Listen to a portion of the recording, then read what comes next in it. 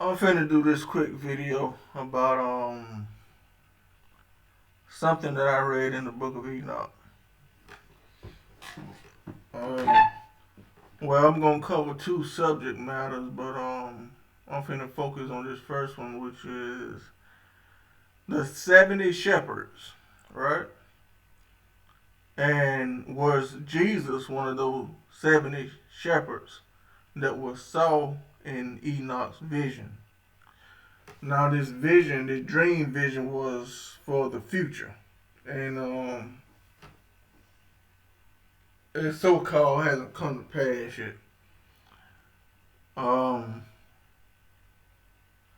I'm gonna start off right here at verse, what it is, 22, 23, 22. Take those 70 shepherds to whom I have delivered to the sheep, and who, taking them on their own authority, slew more than I commanded them. And behold, they were all bound. I saw, and they all stood before him. And the judgment was held first over the stars, and they were judged and found guilty, and went into the place of condemnation. And they were cast into the abyss full of fire and flaming, and full of pillars of fire. And those 70 shepherds were judged and found guilty, and they were cast into the fiery abyss. And I saw at that time how a like abyss was opened in the midst of the earth, full of fire, and they brought those blinded sheep, and they were all judged and found guilty, cast into the fiery abyss, and they burned. Now this abyss was to the right of that house. So this verse is talking about some shepherds being punished for blinding some sheep that it was meant to lead, right? And the sheep that were blinded, they were thrown into the abyss too. Now, this is a dream vision of Enoch. This is Enoch chapter. This is chapter 90, I think.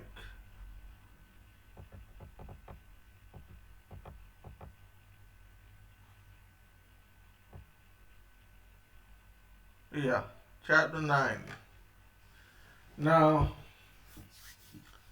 I'm asking myself, was Jesus one of those sheep or shepherds that are going to be thrown into the abyss that blinded the sheep? Now, um, I'm finna show you that this vision is for the future yet to come. Same thing, chapter 90. I'm finna go to the bottom of it. Same thing. Um, what's it? And gave him glory at the end of, what is this? Chapter 41, 40, 41. Gave him glory, then I wept with a great weeping, and my tears stayed not till I could no longer endure it. When I saw they flowed on account of what I had seen. For everything shall come and be fulfilled, and all the deeds of men in their order were shown to me. On that night I had remembered that the first dream, and became of it I wept and was troubled because I had seen that vision. So he said right there that it shall come and be fulfilled because it was a vision, right? Now let's talk about Jesus going to hell. Uh,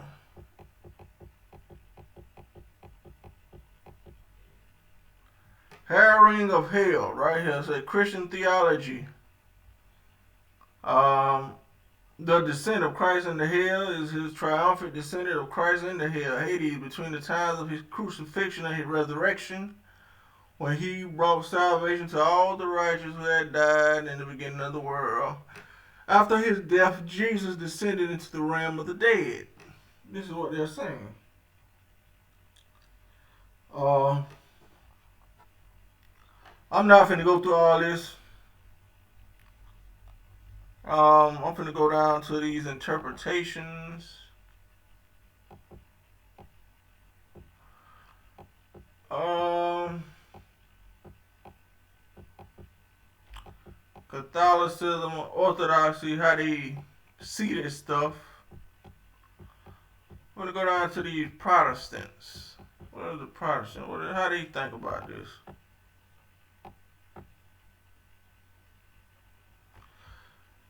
To the Protestant advocates of soul sleep, such as Martin Luther, Christ himself was not in the same condition as the dead. And while his body was in Hades, Christ, as a second person of the Trinity, was conscious in heaven. To Christian moralists who are also non-Trinitarians, such as Maximus, the dead know nothing includes also Christ during the 3 days. Of the 3 days, Christ said, I was dead. So the Christian interpretation saying that the Protestant said that it was some type of soul sleep, right? That is very, very interesting. But he didn't descend unto hell, Christ. And second person of the Trinity was conscious in heaven. Let's see. Christ himself was not the condition of the dead. His body was in Hades. Christ, as the second person of the Trinity, was conscious in heaven. I be damned. Body in hell, spirit in heaven. That is very interesting. The dead know nothing. Okay, I'm finna go to the second. Now, I want to go to the second part of this, of what I'm talking about in the book of Enoch. On the second point I wanted to make, which is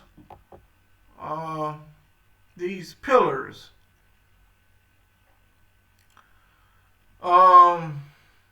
This is the same chapter 90 of the book of Enoch. And I stood up, verse 28, and I stood up to see till they folded up that old house and carried away all the pillars and all the beams and the ornaments, and all the house were at the same time folded up with it. And they carried it off and laid it in a place to the south of the land. And I saw till the Lord of the sheep brought a new house greater and loftier than that first, and set it up in the place of the first, which had bare folded up. All its pillars were new, and all its ornaments were new and larger than those of the first. The old one which he had taken away, and all the sheep were within it. So they're talking about taking away pillars. And that led me to doing some research about this. Obelisk taken away. Right? Now, I'm just not learning this. I might be slow or behind times or whatever, but I never really looked too much into a lot of this stuff when I was younger, or when I was out running the streets and doing whatever. But I'm just now learning about this stuff, and it's right there in the book of Enoch. But they censor the book, or try to censor the book. 10 oldest ancient obelisks taken away from Egypt.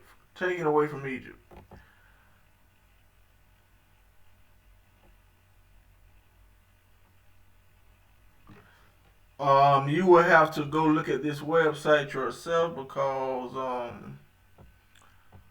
you can see right here, my computer is kind of messed up and it's not showing the whole thing, but it's talking about how these pillars were taken away, and it says Cleopatra's Needle, London,